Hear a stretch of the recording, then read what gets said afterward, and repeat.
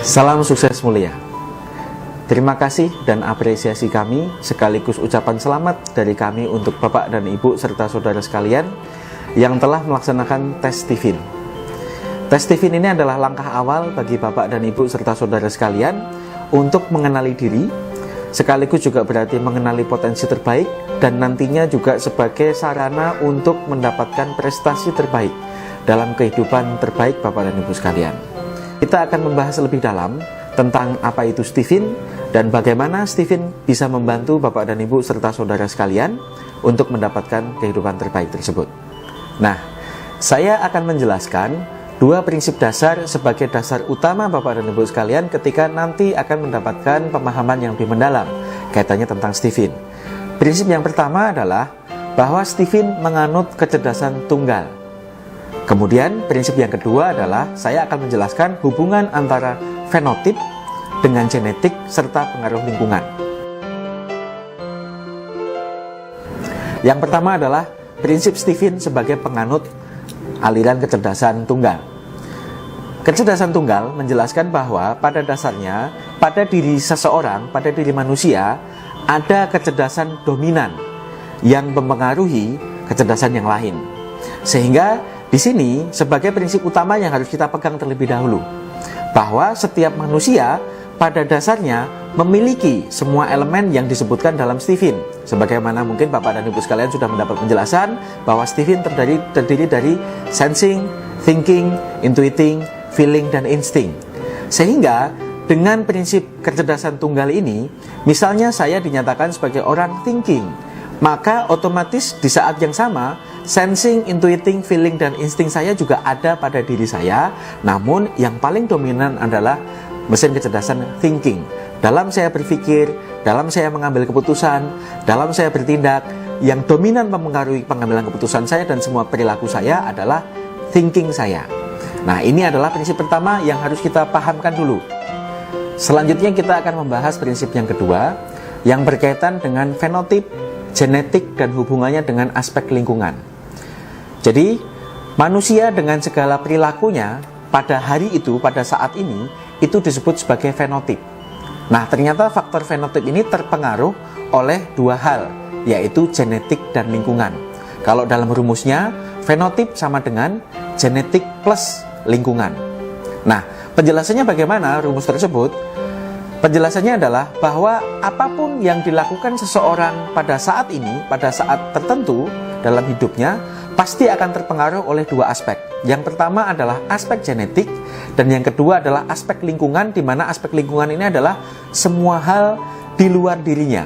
Mulai dari pendidikan, keluarga, sekolah, teman, buku, TV, dan semua kejadian yang pernah terjadi dalam kehidupannya, ini disebut sebagai faktor lingkungan. Nah, ini adalah dua aspek yang berpengaruh kepada aspek fenotip seseorang. Sementara kita juga tahu bahwa para ahli sudah melakukan penelitian aspek fenotip ini jika dihitung sebagai persentase dan dinyatakan 100%, ternyata aspek genetik hanya 20%, sementara aspek lingkungan 80%. Kalau dalam bahasa sederhana berarti aspek lingkungan 4 kali lipat lebih besar dibanding aspek genetik. Sehingga sangat dimungkinkan kalau dalam suasana kejadian sehari-hari, kalau saya contohkan dalam kejadian sehari-hari adalah seseorang punya bakat menyanyi, belum tentu menyanyinya bagus. Dan juga sebaliknya, ketika seseorang nyanyiannya bagus, belum tentu bakatnya juga menyanyi. Karena kemampuan menyanyi ini bisa diasah melalui latihan terus-menerus. Sehingga pada akhirnya, orang yang punya bakat bisa kalah dengan orang yang nggak punya bakat. Asal latihannya jauh lebih intensif. Ini adalah penjelasan sederhana dari dua prinsip ini, yang kemudian hubungannya dengan Stephen menjelaskan aspek genetik yang nilainya kalau dalam ukuran angka dalam tanda kutip hanya 20%. Tapi kenapa 20% ini saya berikan hanya? Karena 20% pada diri seseorang ini tidak akan pernah berubah sepanjang hidupnya. Sementara aspek lingkungan sangat bisa berubah dan bahkan bisa kita ubah. Jadi kalau contoh sehari-harinya, misalnya kita nggak suka melihat teman-teman kita ngegosip, maka kita bisa memilih untuk menghindari. Sementara kalau aspek genetik, kita nggak bisa bilang, saya pengen ganteng dong, saya pengen tinggi, saya pengen pinter nyanyi, itu kita nggak bisa pilih. Nah, maka dalam prinsip kedua ini, saya ingin menekankan bahwa Stephen menjelaskan aspek genetik atau 20% pada diri Anda. Sehingga sangat mungkin ketika Anda membaca pertama kali hasil tes Stephen Anda, pertanyaan pertama atau reaksi pertama yang muncul adalah, kok ini nggak seperti saya ya? Karena justru Stephen mengenali aspek terdalam, aspek genetik yang boleh jadi pada diri seseorang sudah tertutup, sudah terkaburkan oleh pengaruh-pengaruh lingkungan yang pada diri seseorang tentunya pengaruhnya akan jauh lebih besar. Setelah saya menjelaskan tentang dua prinsip dasar tersebut, selanjutnya saya akan memberikan penjelasan lebih mendalam tentang apa yang sudah diterima oleh Bapak dan Ibu sekalian yang tercantum dalam sertifikat tes Stephen. Dalam bahasa kami disebutnya sebagai personality genetic. Nah, apa itu personality genetic dan bagaimana penjelasan dari masing-masing personality genetic akan saya jelaskan satu persatu. Sebelum saya menjelaskan tentang masing-masing personality genetic, pastikan Bapak dan Ibu sekalian sudah membaca dan saat ini juga memegang sertifikat penjelasan hasil tes Stephen untuk memudahkan kita nanti dalam memahami prinsip-prinsip dasar poin-poin yang sudah disampaikan dalam sertifikat tersebut. Personality genetic sensing extrovert. Anda dinyatakan sebagai tipe sensing extrovert jika belahan otak yang dominan adalah limbik kiri dan lapisan otak sebelah dalam yang lebih aktif. Anda mengandalkan panca indera Anda dalam mengambil keputusan sehari-hari, tapi juga di saat yang sama, Anda juga punya keinginan untuk berinteraksi dengan banyak orang. Itu kaitannya dengan drive Anda sebagai orang ekstrovert. Hubungan dengan prinsip yang sudah disampaikan di awal tadi, bahwa Anda sebagai orang sensing yang mengandalkan panca indera, bukan berarti Anda kemudian tidak bisa logis, tidak bisa kreatif, tidak bisa berempati, namun secara dominan, Anda akan lebih sering mempercayai apa yang bisa ditangkap oleh panca indera Anda, apa yang bisa dilihat, apa yang bisa didengar, apa yang terlihat secara kasat mata. Itulah yang menjadi dasar Anda dalam pengambilan keputusan. Sehingga dalam keseharian, Anda akan cenderung memperhatikan penampilan dan juga Anda lebih senang untuk bersosialisasi, ketemu dengan orang-orang baru, dan Anda, kalau dalam bahasa sederhananya itu, lebih cenderung tebar pesona dibanding tipe sensing introvert yang dia lebih mengandalkan ketelatenan dirinya. Sensing extrovert lebih suka ketemu dengan banyak orang, lebih suka ketemu dengan hal-hal baru. Kecenderungannya, Anda kemudian lebih banyak dapat peluang-peluang baru, lebih suka ketemu peluang proyek, dapat momentum-momentum pekerjaan. Itu adalah keseharian Anda.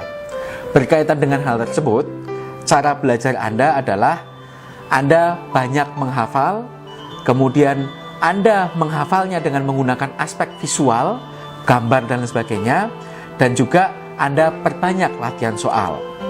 Sementara, cara memotivasi diri Anda adalah Anda punya kesempatan untuk mendapatkan harta. Itu adalah cara Anda untuk memotivasi diri. Sehingga Anda tidak perlu berkecil hati. Gunakan aspek-aspek ini sebagai modal dasar Anda untuk berkembang. 4 hal yang bisa dijadikan panduan untuk mendapatkan prestasi maksimal adalah mengingat, otot, rajin, dan tercetak. Artinya, Anda lebih nyaman dengan aspek-aspek berkaitan dengan mengingat, aktivitas fisik, kemudian rajin, dan Anda sangat terpengaruh oleh lingkungan Anda. Sehingga pastikan Anda sebagai orang sensing extrovert sangat memperhatikan siapa kawan Anda, seberapa sering Anda berinteraksi dengan mereka, dan bagaimana lingkungan sekitar Anda, karena Anda akan tercetak sebagaimana lingkungan Anda, keseharian Anda, yang paling sering berinteraksi dengan Anda. Kemudian hal utama yang perlu Anda lakukan adalah pastikan Anda banyak ketemu dengan momentum-momentum. Pastikan Anda kenal dengan banyak orang, sehingga dengan bermodal dari kenalan Anda tersebut, Anda dapat peluang-peluang baru. Demikian tadi penjelasan singkat dan hal-hal penting yang perlu Anda lakukan sesuai dengan personality genetik Anda masing-masing. Untuk penjelasan yang lebih detail, sudah tercantum dalam sertifikat yang sudah Anda pegang dan juga ada pada buku penjelasan hasil tes Stephen. Jika ada hal yang perlu dipelajari lebih lanjut atau perlu didiskusikan, jangan ragu-ragu untuk menghubungi kami. Setelah Anda mengenal tes Stephen, Anda akan mengenal jalur yang paling nyaman untuk meraih kehidupan terbaik Anda. Selamat menempuh karpet merah kehidupan terbaik Anda. Sampai jumpa di puncak kesuksesan. Salam sukses mulia.